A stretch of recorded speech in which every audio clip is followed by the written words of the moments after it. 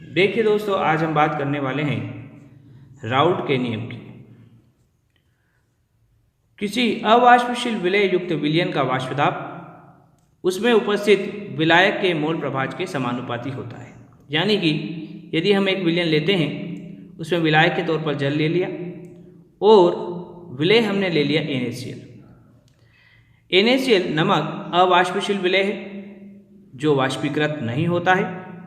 ऐसे विलयन की हम बात कर रहे हैं, यानी कि अवाष्पशील विलेय युक्त विलयन का वाष्प दाब उसमें उपस्थित विलायक यानी कि जल के मोल प्रभाज के समानुपाती होता है।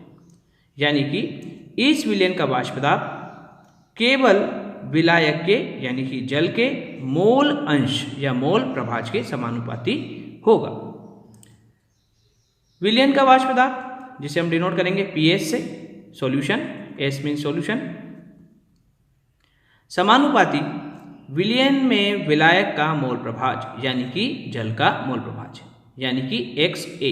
A हम विलायक को हम A से डिनोट करते हैं, X से यानी विलायक का मोल प्रभाज। देयरफॉर PS समानुपाती XA। समानुपाती को हम एक स्थिरांक में परिवर्तित कर देंगे। PS equal to P0A into XA। यहाँ P0A समानुपातिक स्थिरांक है जिसे क्या बोला जाता है, इसे शुद्ध विलायक का वाष्प दाब भी कहते हैं। P0A एक स्थिरांक है जिसे क्या कहा जाएगा, विलायक का वाष्प दाब कहा जाएगा।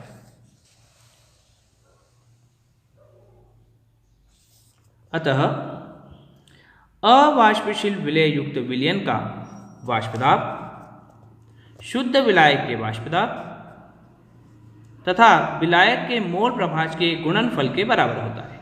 हमारे पास जो यहाँ समीकरण आई है, समीकरण नंबर 1, वो क्या बता रही है, अवाष्पशील विलेय युक्त विलयन का या PS अवाष्पशील विलेय युक्त विलयन का वाष्प दाब यानी कि PS शुद्ध विलायक के वाष्प दाब, शुद्ध विलायक के वाष्प दाब मीन्स P0A तथा विलायक के मोल प्रभाज, विलायक के मोल प्रभाज यानी कि XA के गुणनफल के बराबर होता है। PS equal to P0A into XA, समीकरण 1।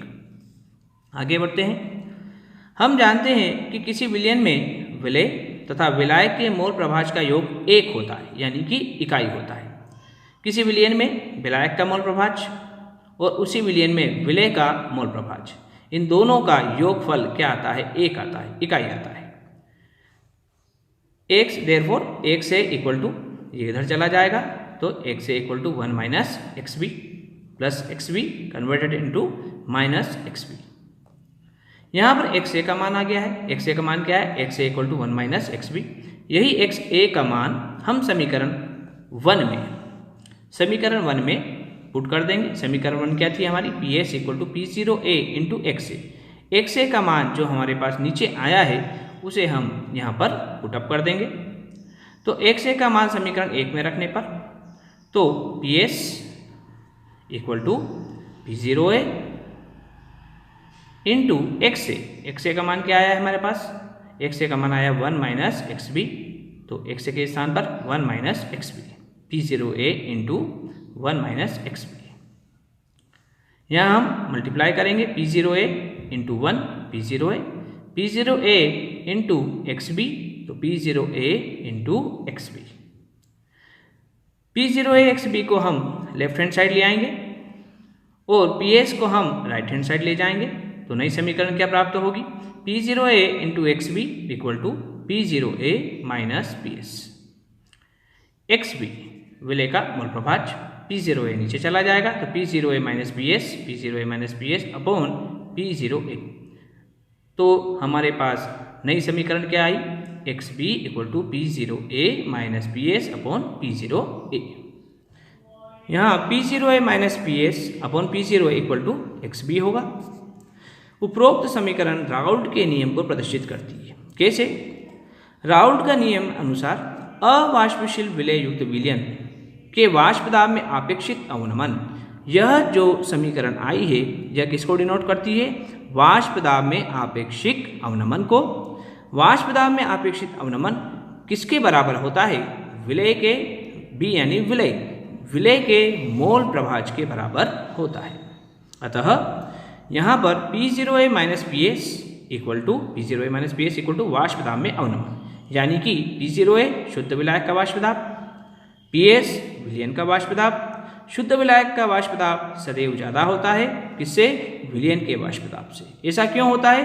क्योंकि विलायक में, शुद्ध विलायक में कोई अवाष्पशील विलय मिला दिया जाता है तो उसके वाष्प दाब में कमी आ जाती है। इसलिए P0A minus PS equal to क्या कहलाएगा? वाष्प दाब में अवनमन, वाष्प दाब में कमी। Next P0A minus PS upon P0A, यहाँ से ये क्या कहलाएगा? वाष्प दाब में आपेक्षिक अवनमन या तुलनात्मक अवनमन। यहाँ XB क्या है? विलय का मोल प्रभाज। Thank you.